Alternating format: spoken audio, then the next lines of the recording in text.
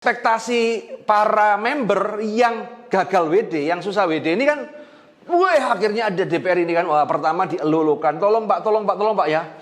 Nah, tapi lama-lama teman-teman ya, si member-member ini berubah menjadi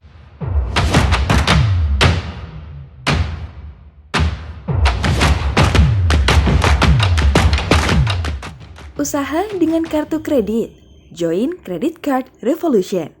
Halo Sisma, ketemu bersama saya Roy Sakti, bakal kartu kredit. Kali ini saya akan update tentang korban-korban robot trading yang menteror keluarga rumah salah seorang anggota DPR. Ya, ini menarik sekali ya. Jadi, tapi sebelumnya jangan lupa Anda subscribe teman-teman ya.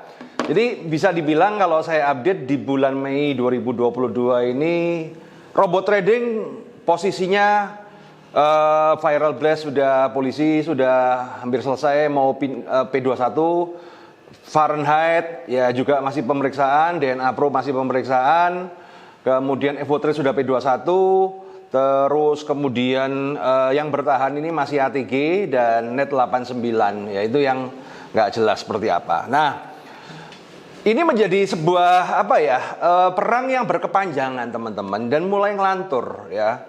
Nah, ini ada kejadian menarik ya. Nah, ini yang lagi bermasalah yaitu kan ATG dan Net 89 ini kan lagi ibarat kata ini dibilang jalan yang nggak jalan, WD dimasalahkan, bahkan ATG kan berdasarkan sharing saya kemarin kan WD-nya sudah dirubah menjadi Lego coin ya. Nah, kemudian Net juga yang katanya WD All juga terhambat ya. Kemudian ada juga member-member dari DNA Pro. Saya nggak tahu ya, padahal DNA Pro itu kan kasusnya sudah dilimpahkan ke polisi, sudah pelaku-pelaku sudah ditangkap ya. Tapi ada sebagian dari membernya ini yang halu-halu bahwa masih belain DNA Pro teman-teman ya, menyalahkan pemerintah. Nah, dan posisinya sekarang ini adalah para leader-leader skema Ponzi ini, robot-robot trading ataupun owner ya, mereka itu menutup komunikasi dengan para member, teman-teman. Artinya di Instagram pun kalau ada member yang menanyakan WD diblokir, ya diblok, padahal masih flexing ya. Masih pamer-pamer lah, beli tas mewah lah, apa segala masih lah. Tapi ya kalau ada masalah di blog, di grup Telegram juga, grup Telegram member. Ya yang lucu kayak member di ATG itu kan, kalau bergabung dengan grup Simangki maka akan diblok ya kan. Waduh maka saya ngomong ini kayak perbudakan Firaun lah ya, perbudakan Firaun ya. Nah saya ngomong teman-teman ini kayak budak Firaun. Mereka ini dipaksa tunduk dengan perintah leader dan owner hanya demi withdraw uangnya sendiri. Dan withdrawnya kan dibatasin sekarang, cuma $100. Itu pun nggak cair-cair ya. Aduh, ya nggak apa-apa lah, wis.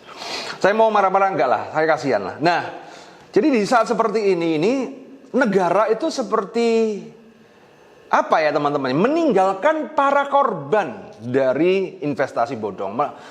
Kalau korban itu merasa ada negara itu meninggalkan. Nah, pas kebetulan teman-teman ya, ini ada salah satu anggota DPR RI dari fraksi PDIP, Mas Mufti Anam ya, Dapil Pasuruan, yang concern dengan nasib para korban ya, concern dengan nasib para korban. Dan kebetulan beliau juga bertugas di Komisi 6 ya, Komisi 6. Nah, beliau itu niat baiknya adalah ingin membantu para korban ini untuk menyampaikan aspirasinya, baik itu ke Bapepti, SWI ataupun ke polisi ya. Tapi teman-teman ya, yang lucu adalah apa? Ekspektasi para korban ini begitu tinggi ya, bahwa uang saya harus kembali, gara-gara pemerintah ini uang saya harus kembali. Gimana ini Pak? Yang terjadi adalah apa? Ini beliau ini ada orang baik yang niat membantu. Karena sekali lagi teman-teman ya, kalau saya melihat, saya beberapa kali ngobrol dengan Mas Mufti Anam ini ya, beliau ini memang orang yang polos. Saya ngomong polos. Dia tidak terlibat dalam skenario robot trading ini, dan benar-benar beliau ini seorang wakil rakyat yang ingin membantu rakyatnya.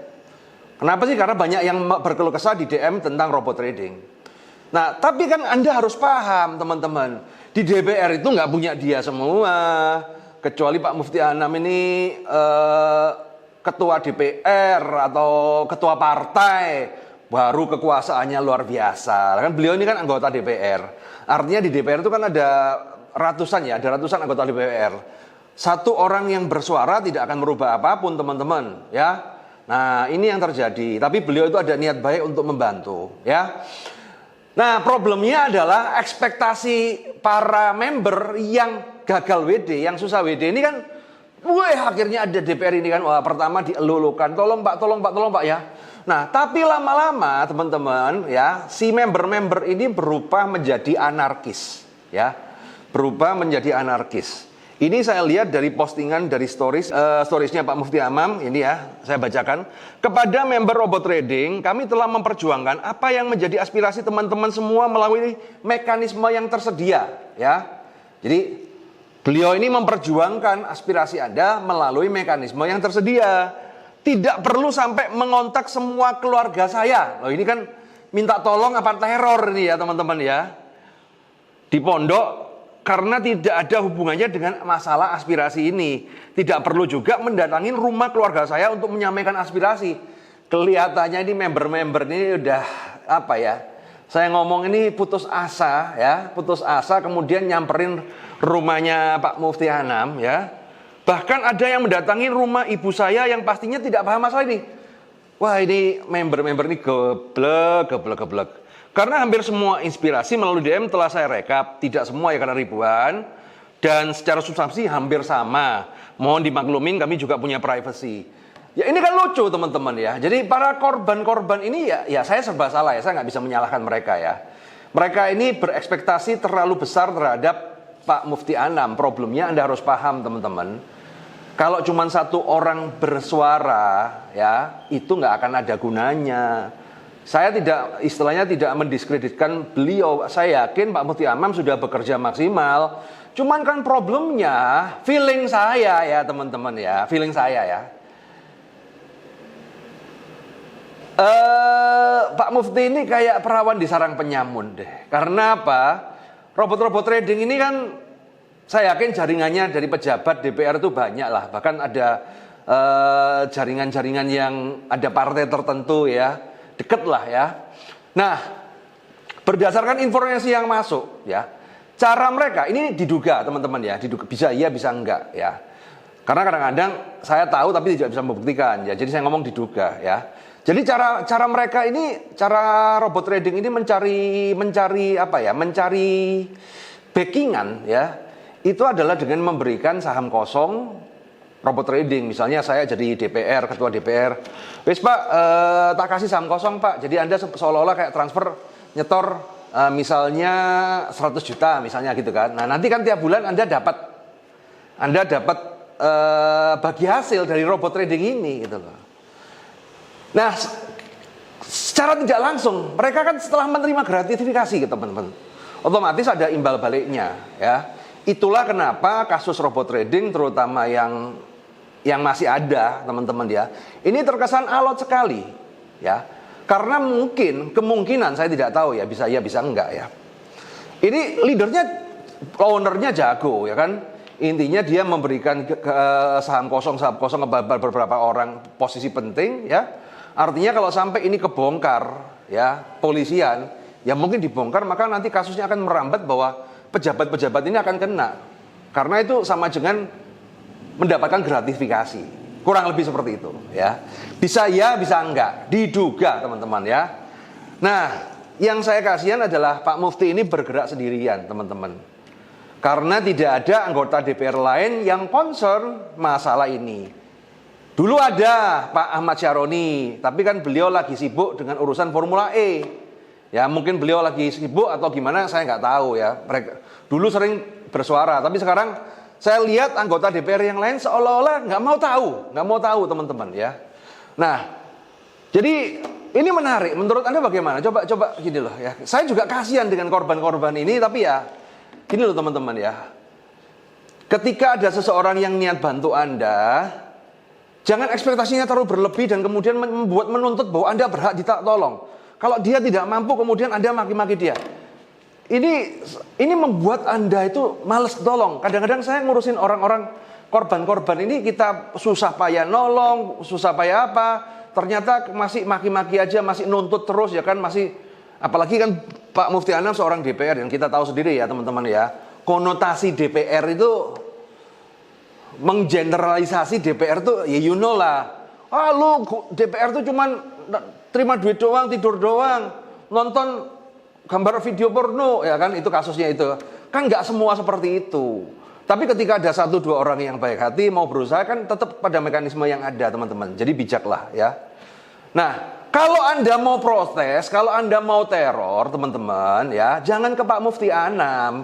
Itu saya ngomong salah alamat dan itu akan menjadi jadi segini, kalau saya lihat ya, kalau saya jadi Pak Mufti Anam, ya saya mutung loh bos. Saya udah niat bantu Anda, kok Anda malah teror saya. Wis, karepmu dewe lah, wis urus-urusan dewe. Kalau saya jadi Pak Mufti Anam ya, saya nggak tahu ya beliau seperti apa. Tapi kalau saya jadi Pak Mufti Anam, wis tak tinggal geletakno lah. Oh nggak bisa dibina, biarkan binasa lah. Jadi ya teman-teman, ya buat para korban nih, saya berbicara dari hati ke hati. Kalau kamu mau teror, terorlah leader dan owner karena uang WD itu di sana.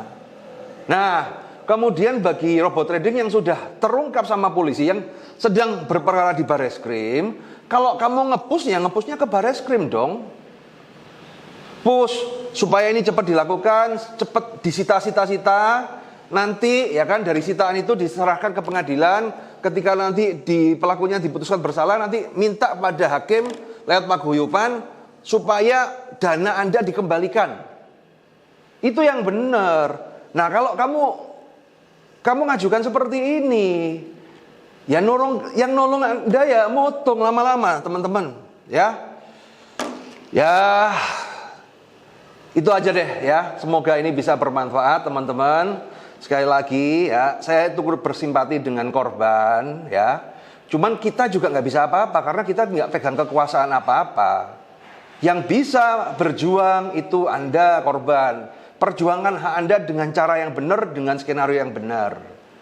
Ya, kita bisa bantu nge-push. Misalnya Anda teriak-teriak, kita tag di saya, nanti saya bantu push publikasi. Pak Mufti Anam saya yakin beliau juga membantu dengan kapasitasnya dia. Tapi sekali lagi teman-teman, masa depan Anda ya di tangan Anda sendiri. Bagaimana caranya ya? Anda harus bentuk paguyuban yang solid, laporkan polisi, ya kan? Tuntut, atau kemudian kawal sampai pengadilan, nanti minta pengadilan hakim itu untuk mengembalikan uang.